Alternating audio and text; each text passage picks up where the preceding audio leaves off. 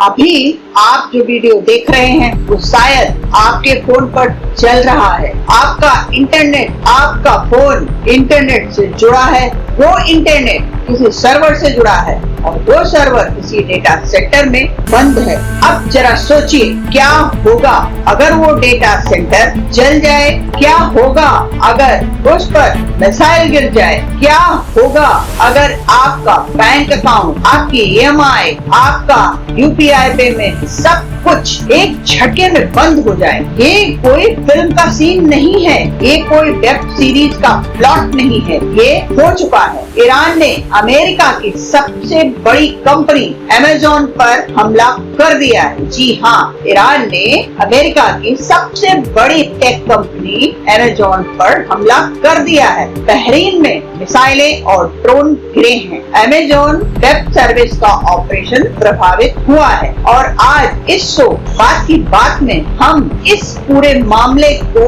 एक एक परत उधेड़ कर आपके सामने रखेंगे, क्योंकि ये खबर सिर्फ अमेरिका की नहीं है, ये खबर सिर्फ ईरान की भी नहीं है, ये खबर आपकी है, मेरी है, हम सबकी है। मैं हूँ सुबल शुक्ला और ये है बात की बात सिर्फ 7 TV भारत पर। आइए आगे बढ़ते हैं। दुनिया में जब कोई बड़ी घटना होती है उससे पहले एक चेतावनी जरूर आती है। कभी कभी हम उसे नजरअंदाज कर देते हैं, कभी कभी हम सोचते हैं अरे ये तो बस धमकी है, लेकिन इस बार ईरान ने जो कहा वो कर दिखाया। ईरान की सबसे ताकतवर फौज IRGC यानी इस्लामिक रेवोल्यूशनरी गार्ड कॉर्प्स, इन्होंने पहले ही ऐलान कर दिया था। उन्होंने कहा था हम अमेरिका की 18 बड़ी कंपनियों को निशाना बनाएंगे। जी हाँ, आपने सही सुना, ईरान ने कहा था हम अमेरिका की 18 बड़ी कंपनियों को निशाना बनाएंगे। 18 कंपनियां, नाम लीजिए, अमेज़न, माइक्रोसॉफ्ट, गूगल, टेस्ला,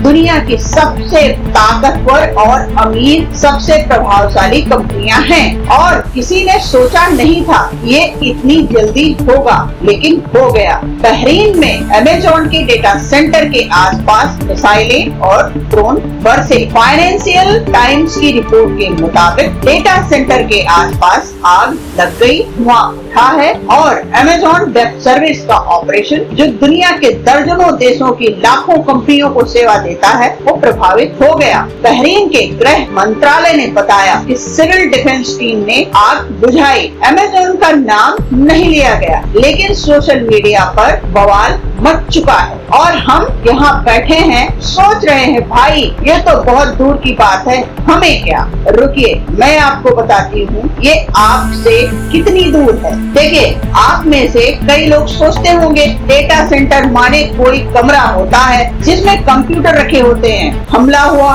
थोड़ा नुकसान हुआ, ठीक हो जाएगा। नहीं, बिल्कुल नहीं। डेटा सेंटर कोई साधारण सर्वर रूम नहीं होता, ये वो जगह है जहाँ दुनिया भर के करोड़ों लोगों का डिजिटल जीवन जमा है। जरा समझिए, आपका बैंक अकाउंट वो डेटा कहीं तो है, आपका UPI ट्रांजैक्शन वो किसी सर्वर पर प्रोसेस होता है, आपकी ईमेल किसी क्लाउड पर है, आपकी ऑनलाइन शॉपिंग किसी सर्वर पर निर्भर है, सरकारी योजनाएं, डिजिटल इंडिया, आधार, डिजी लॉकर, ये सब कहीं ना कहीं क्लाउड सर्वर पर टिके हैं। और अमेज़न की वेब सर्विस जिसे हम AWS कहते हैं, ये दुनिया की सबसे बड़ी क्लाउड कंप्यूटिंग कंपनियों में से एक है। भारत की बड़ी बड़ी कंपनियां, startup, bank, e commerce platform, ये सब AWS के सर्वर पर निर्भर है। और तो अगर AWS डाउन हो जाए तो आपका पेमेंट रुक सकता है, आपकी वेबसाइट बंद हो सकती है, आपके ऑर्डर कैंसिल हो सकते हैं, किसी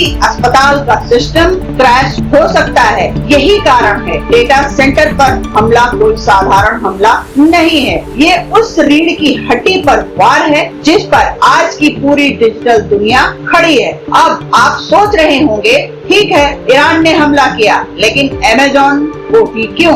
यहाँ मैं आपको थोड़ी तस्वीर दिखाती हूँ। मध्य पूर्व यानी मिडिल ईस्ट की जंग अब सिर्फ मिसाइलों और लड़ाकू विमानों तक सीमित नहीं रही, दुनिया बदल गई है। आज की जंग में टैंक भी चलते हैं, ड्रोन भी चलते हैं, साइबर हमले भी होते हैं और अब डेटा सेंटर भी निशाने पर है। ईरान जानता है कि अमेरिका की असली ताकत उसकी फौज नहीं, उसकी टेक्नोलॉजी में है। अमेरिका की अर्थव्यवस्था का बड़ा हिस्सा अमेज़न, गूगल, माइक्रोसॉफ्ट, टेस्ला जैसी कंपनियों पर टिका है। अगर ये कंपनियां कमजोर हो जाएं, तो अमेरिका कमजोर होता है और ईरान ये संदेश दे रहा है, हम तुम्हारी जमीन तक ही नहीं पहुंच सकते, हम तुम्हारे डिजिटल साम्राज्य तक भी पहुंच सकते हैं। यही असली खेल है। IRGC जो ईरान की सबसे शक्तिशाली और खूंखार फौज मानी जाती है, उसने कहा था कि 18 बड़ी अमेरिकी कंपनियां उसके निशाने पर है और ये शुरुआत है। जी हाँ, सिर्फ शुरुआत। अब वो सवाल जो हर कोई पूछ रहा है,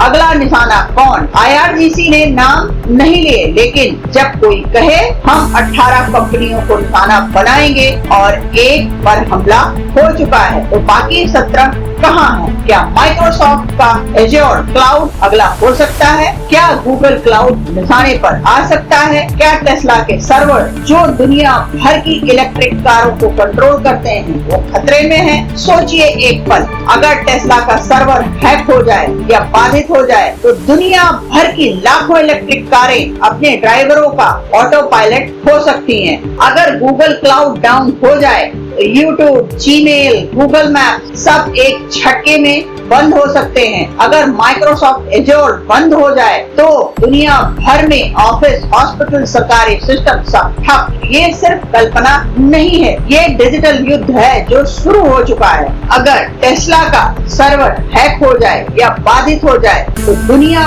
भर की लाखों इलेक्ट्रिक कारें अपने ड्राइवरों का ऑटो पायलट हो सकती हैं। अगर गूगल क्लाउड डाउन हो जाए तो यूट्यूब, जीमेल, गूगल मैप सब एक झटके में बंद हो सकते हैं। अगर माइक्रोसॉफ्ट एज्योर बंद हो जाए तो दुनिया भर के ऑफिस, हॉस्पिटल, सरकारी सिस्टम सब ठप। ये सिर्फ कल्पना नहीं है, ये डिजिटल युद्ध है जो शुरू हो चुका है। और अब वो सवाल जो आपके मन में है, भारत का क्या?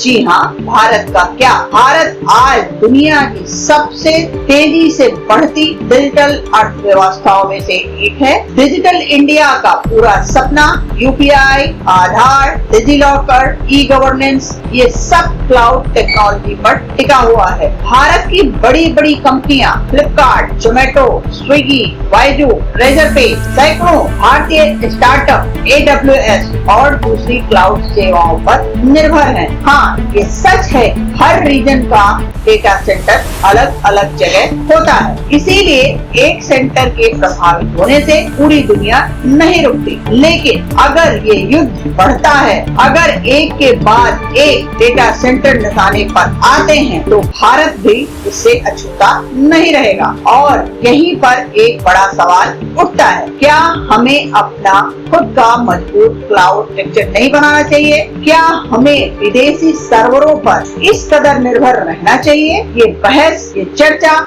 आज और जरूरी हो गई है। इतिहास गवाह है, जब भी दुनिया में कोई नई ताकत उभरती है, जंग का तरीका भी बदल जाता है। पहले तलवारें, फिर बंदूकें आई, फिर बम और मिसाइलें आई, फिर परमाणु हथियार, फिर साइबर हमले, अब डेटा सेंटर पर हमले। ये डिजिटल वॉरफेयर का नया अध्याय है और इस नई जंग में जो देश या संगठन सबसे पहले इसे समझेगा, सबसे पहले तैयार होगा, वो सबसे ताकतवर होगा।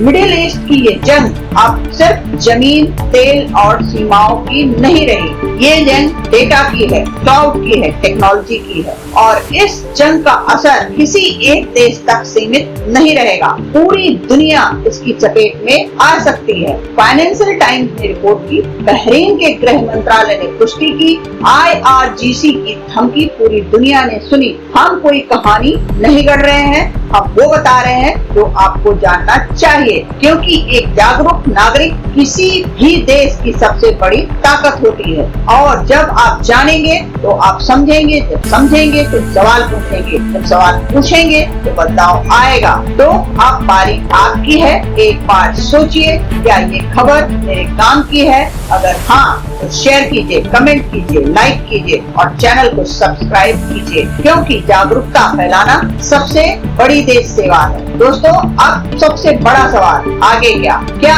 अमेरिका इसका जवाब देगा? क्या ईरान और हमले करेगा? क्या माइक्रोसॉफ्ट, गूगल, टेस्ला जैसी कंपनियां अपनी सुरक्षा बढ़ाएंगी? क्या दुनिया के देश अपने डिजिटल इंफ्रास्ट्रक्चर को मजबूत करने पर ध्यान देंगे?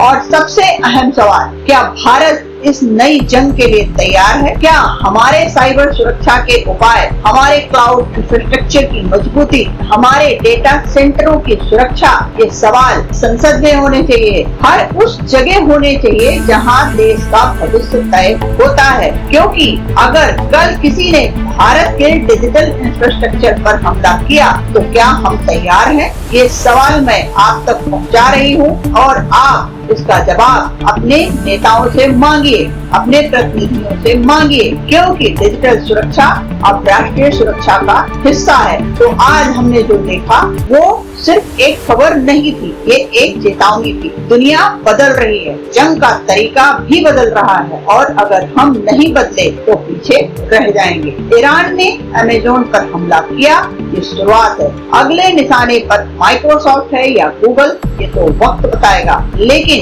एक बात तय है, ये डिजिटल युद्ध रुकेगा नहीं और इस युद्ध में हर जागरूक नागरिक एक सैनिक है। आप जागरूक हैं तो देश सुरक्षित है। जैसे ही इस खबर पर कोई नई अपडेट आती है, हम सबसे पहले आप तक लाएंगे। बस आप जुड़े रहिए सेवन टीवी भारत से, बात की बात से। और हाँ, अगर आपको लगता है कि ये खबर जरूरी है अपने परिवार के लिए, अपने दोस्तों के लिए, इसे शेयर कीजिए, लाइक कीजिए और कमेंट में बताइए, क्या आपको लगता है कि भारत इस नई डिजिटल जंग के लिए तैयार है? मैं आपसे फिर मिलूंगी आपके और अपने इसी शो में, बात की बात में, क्योंकि ये शो सिर्फ मेरा नहीं है, ये आपका है और आप देख रहे थे 7 टीवी भारत। नमस्कार।